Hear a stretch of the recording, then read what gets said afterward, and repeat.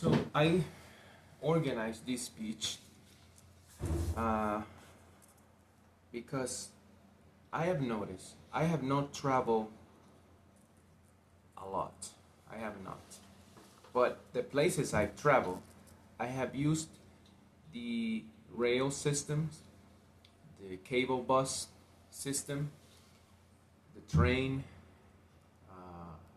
or fast bus type of transportation in different cities. And although there is a lot of talk about insecurity and do not go there because it's insecure, and yes, it is insecure, we must learn how to navigate those places, right? But um, and also deal with fear. Knowing how to walk on the streets is very important. My interest in this topic that I am going to talk about is because I've noticed how transportation, good transportation, not how the bus looks, not how comfortable, but the convenience of getting from where you want to be, from where you are to where you want to be, from where you are, from where you need to be. That's the most important. Some transportation comes, they look ugly, people smell, you could smell too. It's not always other people. Um, they don't look superficially, they don't look comfy, but there is convenience. You get to where you need to be, and then from there you connect to where you need to go, and so on. And I thought about this, and I thought that this helps reduce crime because people are more in movement. And yeah, you could argue that, oh, many accidents, homicides, crime happen while going places, while going from one place to the other. But yes, it happens, especially in places that you have many people living, like Mexico City, like Bogota, Colombia, or even in New York City. Um, and my purpose with this topic was to speak about how good transportation reduces crime. Why? Because I think that it reduces crime because people are busier, even if they don't have a job. As long as they have um, money to move around, people are less caught up in their heads, in their problems, and you can just go from one place to the other and observe, watch, enjoy the city. So it's very important. I have also used the Amtrak, and the Amtrak also connects you to many places in the U.S.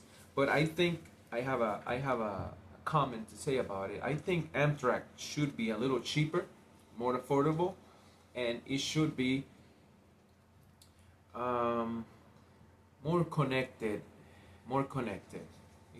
Money should be invested in the Amtrak and and build more stations across the U.S. and make it more affordable because it will help also reduce the carbon footprint and toxic fumes, which is important because the air, the quality of the air is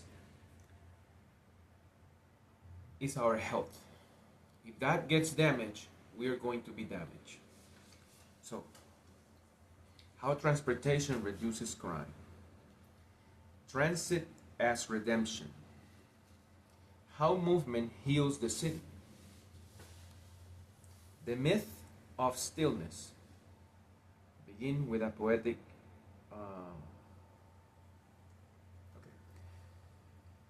A city as a body, and transportation and its bloodstream, as its bloodstream. Where movement ceases, stagnation breeds decay. Efficient, inclusive transportation systems don't just move people, they rescue cities from crime, isolation, and despair. How transit reduces crime. Access to opportunity. Metro systems connect marginalized neighborhoods to jobs, education, and services, reducing economic desperation. Eyes on the street. Busy transit hubs increase foot traffic, and visibility, which urbanist Jane Jacobs called natural surveillance. Structured time. When people are commuting, they're less likely to loiter or engage in risky behavior. Movement creates rhythm, and rhythm creates order. Case creates order. Case study. Charlotte Link's light rail and Vancouver's SkyTrain show decreases in crime after expansion. Latin America cities show that fear of crime can suppress transit use. But when systems are safe and reliable, they foster collective efficacy. Transit as social ritual. Movement as dignity. When a person can move freely, they feel seen, included, and empowered. Stations as temples of encounter. Public transit is one of the few places where rich and poor, young and old share space. It's a ritual of coexistence. The metro as mythic descent, going underground and emerging again. Like a daily resurrection, it mirrors the hero's journey. Addressing counter arguments. Some fear that transit brings crime into neighborhoods, but studies show this fear often masks deeper biases. The real issue is not transit itself, but how it's designed, policed, and integrated with community trust. Call to action. Build the arteries of peace. Advocate for investment in metro systems, bike lanes, and bus routes, not just as infrastructure, but as a social healing. Let us build cities where movement is sacred, where no one is stranded in silence, and where every journey is a step toward belonging. Let that be a good message of hope in a world of chaos.